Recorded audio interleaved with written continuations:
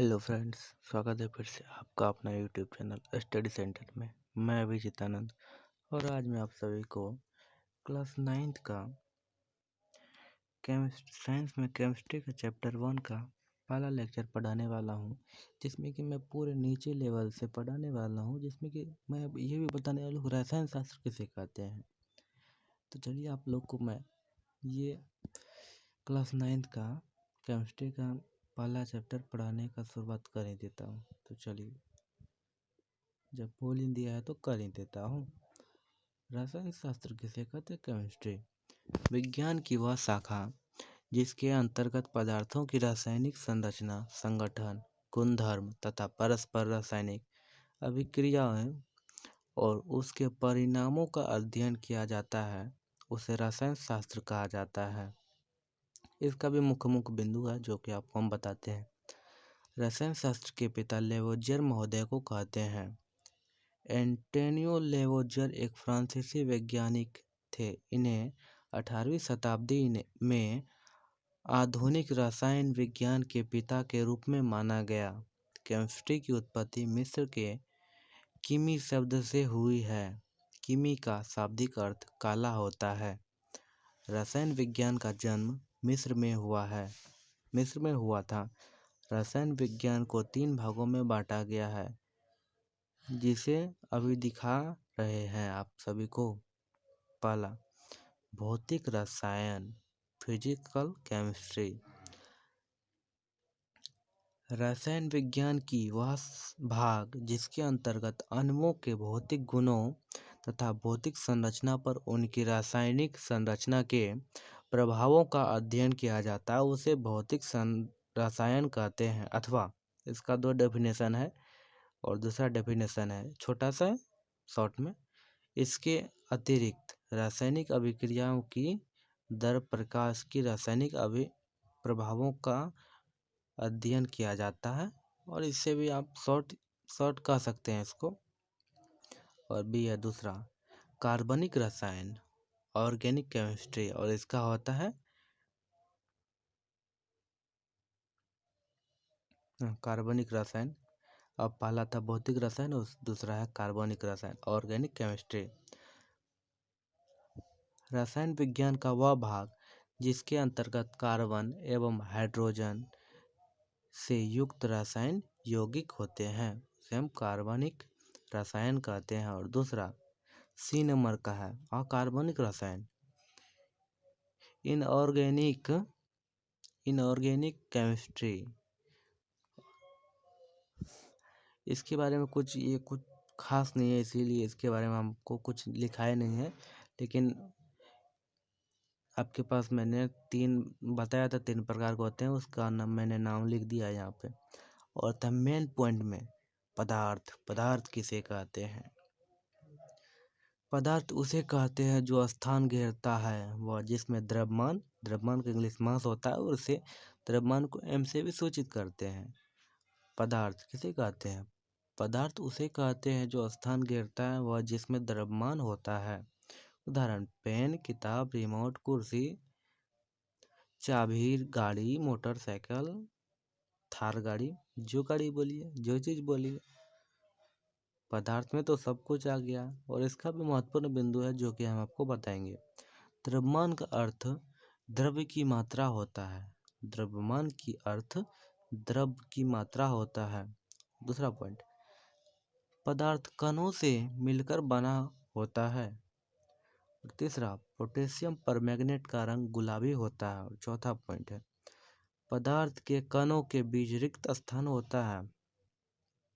और 5वां पॉइंट, पदार्थ के कण निरंतर गतिशील होते हैं। और छठा, पदार्थ के कण निरंतर गतिशील होते हैं, अर्थात उनमें गतिज ऊर्जा होती है। तापमान बढ़ने से कणों की गति तेज हो जाती है, इसलिए हम कह सकते हैं कि तापमान बढ़ने से कणों की गतिज ऊर्जा भी बढ़ जाती है। पदार्थ की कण एक दूसरे को आकर्षित करते हैं। ये दूसरा पॉइंट था। पदार्थ की अवस्थाएं, पदार्थ की 3 अवस्थाएं होती है। ठोस, पहला ठोस, मुख्यतः 3 होते हैं, वैसे 5 होते हैं, मुख्यतः जो हर बार पूछे जाते हैं वो दो होते हैं, प्लाज्मा और बोस-आइंस्टीन।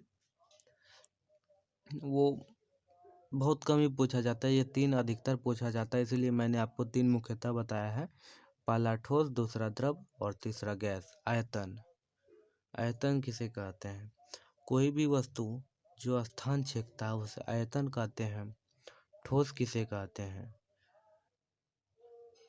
आकार व आयतन निश्चित।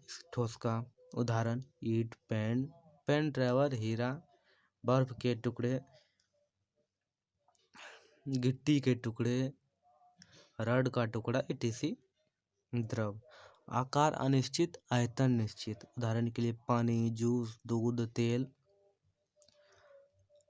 अब जूसे में देखिए कितना प्रकार का है, माजा है, स्प्राइट है, कोका कोला है, जो लीजिए सो आएगा। और इन्फिनाइट है, बहुत सारा चीज है।